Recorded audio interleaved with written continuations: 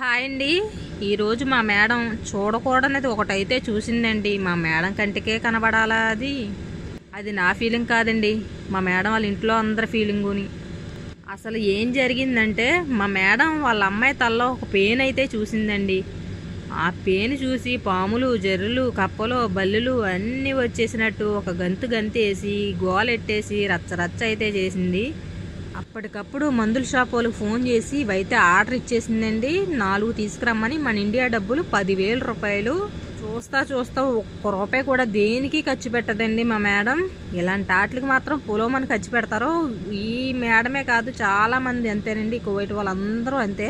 పేను పుణ్యం అంట మాకైతే ఒక రోజు సెలవు దొరికిందని అయితే తను నేను బాగా హ్యాపీగా ఫీల్ అవుతున్నామండి. ఎందుకంటే పేను వల్ల ఈ షాంపూలన్నీ కొనిచ్చి శుభ్రంగా ఒక రోజంతా రెస్ట్ తీసుకొని మొత్తం తలంటుకొని శుభ్రంగా రండి అని చెప్పి అయితే మా